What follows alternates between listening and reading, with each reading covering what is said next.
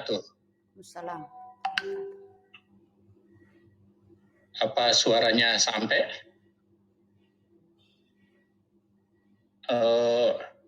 Izinkan saya akan share screen.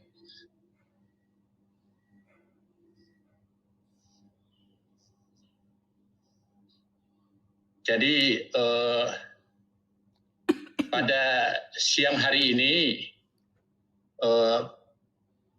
tentu malam hari waktu Amerika, saya diberi kesempatan untuk menyampaikan bidang yang sudah bertahun-tahun menjadi bagian dari riset-riset kami, yaitu hubungannya tentang neuroscience,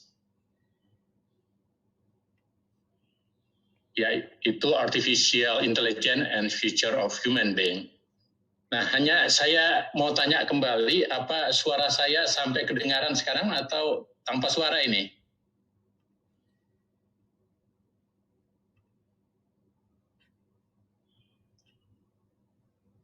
Kedengaran dengan jelas. Terima kasih.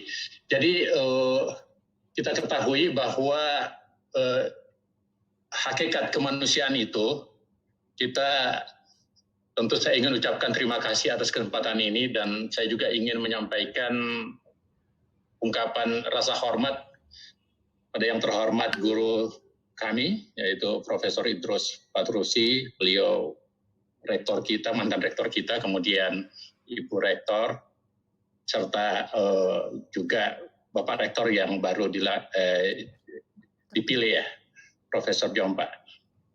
Serta hadirin dan hadirat sekalian, ada juga saya lihat di sini ada Pak Amran Sulaiman, ada Pak Sahrul Yassin Limpo, ada banyak. Nah, saya ingin ucapkan terima kasih banyak atas peluang dan kesempatan ini.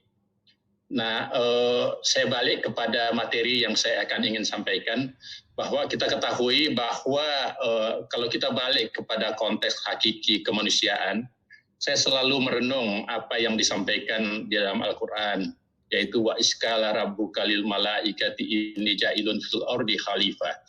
Nah, dalam konteks kekhalifahan itu kita sadari bahwa kenapa manusia diberi kesempatan untuk menjadi khalifah di fil ardi ini, karena kualitas dia punya human being, yaitu kemanusiaan, yaitu karena ada otaknya, dan di otak itulah di situ semua aspek kehidupan kita. Dan dalam perkembangan ilmu neuroscience sekarang ini, artificial intelligence merupakan buah dari kemajuan perkembangan neuroscience itu.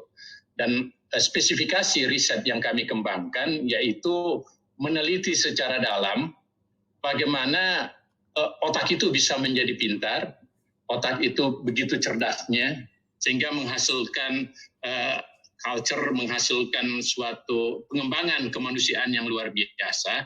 Sehingga kalau kita bandingin Bapak Ibu semuanya, karena manusia memiliki brain miracle itu, maka kita saksikan manusia ini memiliki kemampuan yang luar biasa karena memiliki sistem neuron yang tidak sama dengan binatang atau tidak sama dengan makhluk-makhluk lainnya. Kenapa tidak sama? Itu dilihat dari segi tiga hal. Pertama dari segi jumlah sistem sarafnya. Jadi di otak kita, itu yang di kepala kita ini, yang tempurung kepala kita itu ada 183 miliar sel-sel saraf.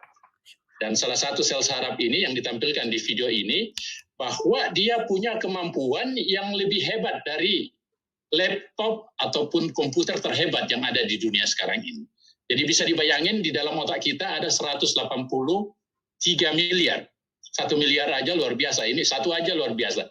Dan potensi otak inilah yang dalam teknologi kita disebut dengan Blue Brain Project, itu dikembangkan untuk bagaimana meneliti bagaimana mappingnya, bagaimana gambarannya, untuk selanjutnya nanti untuk apa, bagaimana polanya itu, yaitu untuk nanti dipetahkan untuk dijadikan sampel menjadi tahap khusus untuk para engineer yang disebut dengan smart ataupun robot-robot cerdas itu. Dan sekarang sudah ditemukan robot cerdas yang bisa lebih cerdas daripada manusia.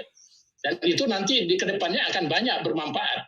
Nah, bagaimana pemetaan otak itu kita lakukan seperti ini, Bapak Ibu semuanya, yaitu kita melakukan functional magnetic resonance imaging dengan menggunakan voltage sensitive imaging untuk melihat bagaimana secara 3 dimensi sistem otak itu. Tentu timbul pertanyaan, apa tujuannya melihat peta otak itu? Apakah untuk hanya sekedar, kalau seorang neurologis untuk melihat apa penyakit ini diobati dan sebagainya, itu dalam konteks medis. Tapi dalam konteks pengembangan kemanusiaan, mau dilihat secara detail sampai pada tingkat sinap. Apa itu sinap? Nanti saya jelasin sebentar, pada tingkat yang sangat detail, dan nanti ini menjadikan kopi untuk dijadikan mesin cerdas, dan mesin cerdas itu mengikuti pola manusia yang akan membantu manusia. Nah, jadi prinsip pengembangan artificial intelligence itu yang berdasarkan pada Blue Brain Project itu melihat fungsi otak kita itu berdasarkan 3 hal yang potensi yang dimiliki otak kita yang sangat besar, yaitu 3 yang disebut dengan neuroplasticity, neuroregeneration, and neurocompensation. Apa 3 perbedaan ini yang kita sebutkan tadi? Jadi itu merupakan peta sinapsis. Jadi kalau kita bayangin bahwa di otak itu ada 183 miliar sel saraf, dan tiap sel saraf itu memiliki sinapsis atau koneksi. Sinapsis itu koneksi yang punya minimal 10.000, berarti di dalam otak kita itu ada ribuan triliun koneksi. Dan itu dipetahkan untuk melihat pada 3 prinsip yang dilihat, yaitu neuroplasticity, bagaimana elastisitasnya itu antara sinaptik otak. Yang kedua, bagaimana proses otak kita meregenerasi hal-hal yang baru. Kemudian yang ketiga, yang itu neurokompensasi. Contoh paling konkret, kalau orang mengalami stroke, terus lumpuh, tapi daerah lainnya biasanya mengalami kompensasi, itu disebut neurokompensasi. Dalam hidup yang lebih normal, itu kalau kita mengalami keterbatasan tertentu, tidak bagus penglihatan, biasa pendengarannya lebih kencang, itu compensation namanya. Nah, dalam konteks itulah ada 3 hal yang menarik yang saya ingin sampaikan di sini. Yang pertama yaitu neuroplasticity. Jadi otak itu mengalami plasticity seperti yang nomor 1 ini. Jadi dia elastis seperti otaknya, bukan otaknya tetapi sarafnya, sinapsisnya. Kemudian yang kedua ada yang disebut dengan terjadinya neuroregeneration atau mengalami perbaharuan. Kemudian yang ketiga neurokompensasi. Nah, dari 3 prinsip inilah nanti akan membuahkan sistem yang lebih luas lagi yang kita sebut pemetaan otak atau brain mapping, yang akan menjadi tolak ukur nanti untuk melihat, kita pelajari bagaimana koneksinya, bagaimana peran interaksinya antara satu sistem saraf dengan saraf lain dalam perbaharuan, dalam perbaikan, dalam recovery, dan seterusnya. Maka tahap berikutnya apa yang terjadi? Akan kita bisa melihat aplikasinya dalam kehidupan masyarakat. Nah, terus oleh karena itu maka singkat cerita bahwa kompensasi dan ilmu yang dipelajari ini akan mengamati tentang masa depan, apa yang kita alami. Nah, hari ini adalah pembicaraan hubungannya dengan IKA atau Ikatan Alumni. Tentu kita berharap IKA Unhas ini mempunyai aplikasi yang ke depan untuk bisa bermanfaat untuk bangsa kita. Nah, kita ketahui bahwa artificial intelligence ini akan berkembang luar biasa. Kita sadar Bapak Presiden mengatakan bahwa akan ada ibu kota baru. Ibu kota barunya semuanya serba sangat secara energi diperbaharui, berbasis teknologi, dan tentu di situ tentu akan aplikasi smart city itu akan berkembang luar biasa yang dalam bentuk luas. Tentu artificial intelligence ini menjadi patokan. Nah, kita ketahui aplikasinya yang pertama misalnya dalam hubungannya dengan kesehatan pertama. Dengan perkembangan artificial intelligence khususnya dalam hubungannya radiologi saja, itu nanti ke depan bagaimana kita menyatukan kemampuan artificial intelligence dengan contoh konkret itu misalnya radiologi, bisa ke depan orang-orang dokternya tidak perlu ada di suatu tempat, tapi dia dengan pemetaan sistem yang sangat tepat, dia punya precise atau tingkat ketajaman dan keakuratan membaca foto-foto itu bisa hampir 100% tepatnya, itu tentu akan membantu kemanusiaan. Tapi ada dampak lainnya, tentu ada sebagian yang kehilangan pekerjaan, kan begitu. Nah, dalam konteks kehidupan sehari-hari ke depan itu diharapkan nanti manusia-manusia akan ada pendamping atau private assistant. Nah, selama ini kan kita ada asisten kita itu biasanya atau pengawal-pengawal kita atau pendamping atau pembantu-pembantu kita kan manusia. Nah, ke depan akan mungkin bukan lagi manusia, kita butuhkan robot-robot cerdas itu. Nah, yang lebih spesifik lagi contohnya misalnya dalam artificial intelligence ini hubungannya yang disebut dengan digital neurotherapy. Kita ketahui bahwa bagaimana kemajuan perkembangan luar biasa hubungannya dengan smartphone, kemudian sosial media, dan game artificial itu kita melihat itu sangat mempengaruhi terhadap pendidikan mulai anak, orang dewasa, dan banyak yang mengalami adiktif. Dan digital neurotherapy di ke depan itu dimanfaatkan sistem ini untuk mengobati penyakit-penyakit yang sangat susah diobatin. Salah satunya yaitu schizofren misalnya. Nah, itu contoh-contoh bagaimana pemanfaatan artifisial. Kemudian dalam konteks mobil terbang, bagaimana mobil itu cerdas nanti supaya tidak tabrakan nanti pada saat.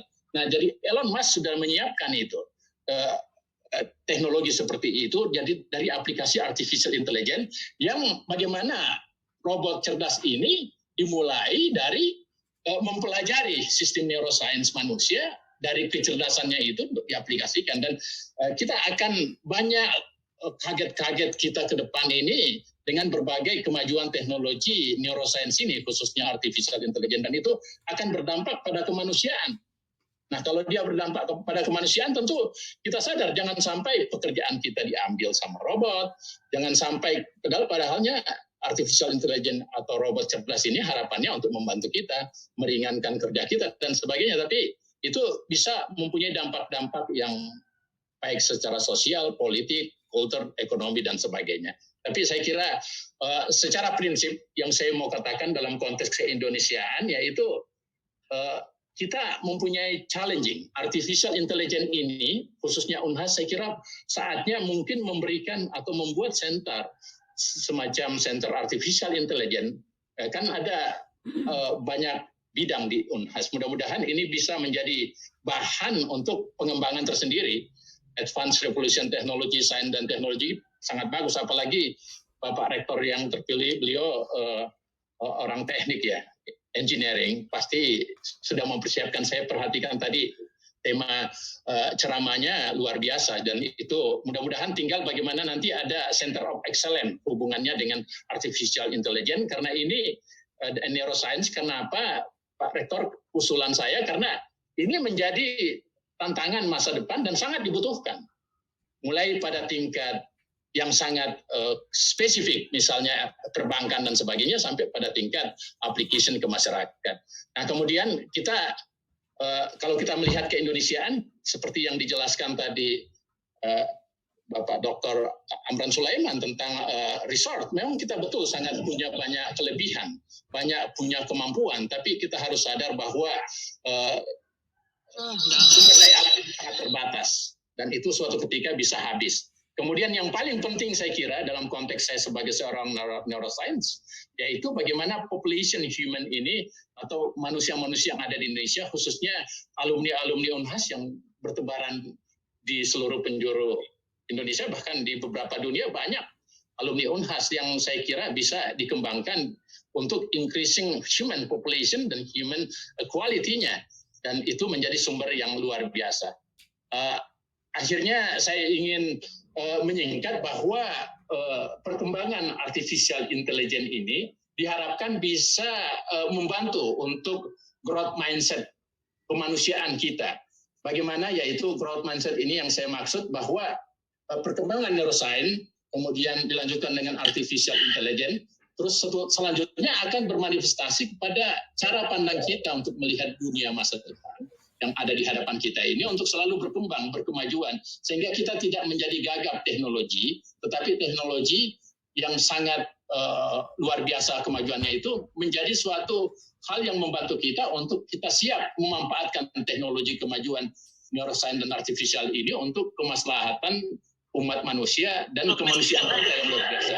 Kemudian yang kedua yaitu singkatannya yaitu transformasi leadership, saya kira akan bermanifestasi. Jadi neuroscience, artificial intelligence, aplikasinya ini juga akan berdampak kepada kepemimpinan dan politik. Dan yang terakhir saya kira modernity of culture kita akan berkembang, dan saya kira dan saya yakin IKA Unhas para alumni yang hebat-hebat ini bisa bermanifestasi untuk kemajuan bangsa dan umat manusia secara keseluruhan. Saya kira itu pemaparan dan kemajuan neuroscience khususnya artifisial yang dewasa ini telah berkembang, dan saya yakin ke depan masih sangat banyak yang berkembang luar biasa di luar yang kita duga sekarang ini. Saya kira demikian. Billahi taufiq wal hidayah. Wassalamualaikum warahmatullahi wabarakatuh. Tepuk tangan meriah untuk Profesor Haruna Iqbal. Terima kasih banyak Prof atas pencerahan yang sangat luar biasa sekali, terutama tadi hal-hal yang berkaitan dengan kajian neuroscience dan juga how it is connected to the artificial intelligence yang sekarang ini lagi menggeliat ya